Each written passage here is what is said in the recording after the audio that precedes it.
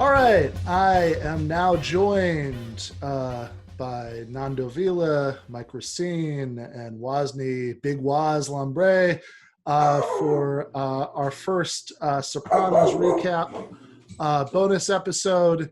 I'm going to let all the guys introduce themselves here because they're all 10 things. But I guess the one thing I do want to say right off out of the gate is that if, because of what the show usually is the rest of the time, if you're expecting some sort of political takeaway here, if you, if there's I'm doing a Marxist analysis of The Sopranos, Ben. I don't know about you. I'm doing the class breakdown of The Sopranos. Of late Tony period Crew. capitalism. Yeah. So just to head off all the when are we going to get to the Marxism factory? Never, right? Like this is like we're just talking about The Sopranos. It's not that deep. I just thought it'd be a really fun thing to do, and that these are the three guys it'd be most fun to do it with. So, Nando, you want to kick it off and introduce yourself? I'm Nando Vila. I'm the host of the Jacobin Weekends show on YouTube and co-host along with my brother Big Waz of the Woke Bros on the Count of Dings Network. Yeah, I'm Wosny Lambre, aka Big Waz. Obviously, I do Woke Bros for Count the Dings with Nando. I also work for The Athletic. I write about NBA and culture, as well as I do a podcast for The Athletic NBA Shows Network. And that's pretty much where you can find me.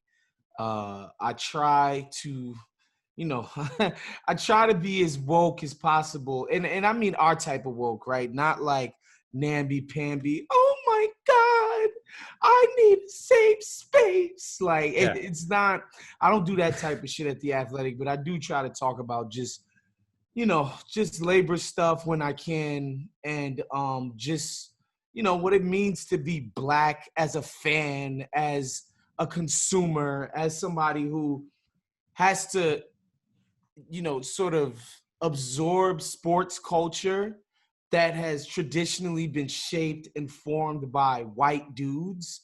Where like an example I'm trying to use is like, I can remember being at home and watching those kids wear all blue paint to Duke games and being like, why the fuck would anybody want to do that? And then turning on sports and they're like, look, that's a fucking fan right there. That's fandom. And I'm like, I don't know a single person who would do that ever. Black people don't paint their bodies for sports. No, we're not just doing, they don't do that. Doing that.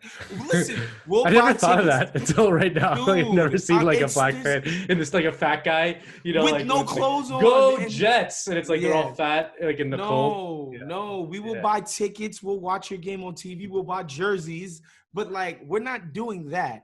And so I just try to balance that sort of mode of sports commentary on my end. Fair enough. Nice. I'm Italian authenticity coordinator, Mike Racine. I'm genuinely 5/8 Italian, so just want to make sure that my people are represented authentically here and respectfully. That's if we did a Sopranos podcast without an Italian person on, we'd get canceled. You get canceled. Yeah. I'm your token. Yeah. Token Italian guy. Yeah, fair enough. Mike also used to, I guess I'm not quite clear if it's still going or if it's on break or if it's over, host a podcast called The Sit Down. Yeah, it's still on. It's still going. I didn't do there's a couple episodes. Yeah, I took a couple weeks off, but we're coming back tonight. Nice. I'm rebranding the show a little bit. It used to be about organized crime, and I just realized I'm not very good at research, and I'd rather have a more comedy-focused show as a comic. And I think if you want to learn, I'm not the right person to teach you things. So, Mike, are you from the Northeast? Yeah, I'm from Jersey. Oh, nice. South Jersey. Oh, perfect. Oh, so you're like one of those Eagles fans and stuff. I'm a Jets fan. Oh, wow. Respect. Yeah. I'm a Jets fan too, but I've noticed like a lot of, because I went to Penn State and a couple of my friends from South Jersey were big Eagles fans, and they had the Eagle, the sort of accent, the water, and type of shit. And so I just assume most of the South Jersey people were like that. Yeah, I guess there's kind of like a divide. I don't know where the divide is, but there's a point in Jersey where, yeah, it becomes more.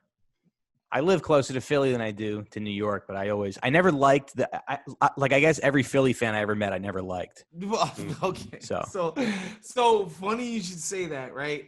As I'm also a Jets fan, and when you're a Jets fan, you're sort of a Giants hater as well, especially when you live in New York. So I never really had any opinions about Eagles fans, right? Like I never thought about Eagles fans. I was happy when they beat the Giants, but it was never anything I had to think about the Eagles at all. Yeah. And then I moved. You met some?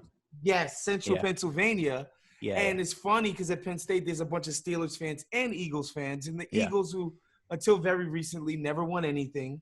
And they were just so fucking obnoxious. They were They were horrible people. And I was like, oh, I hate the Eagles now. Yeah.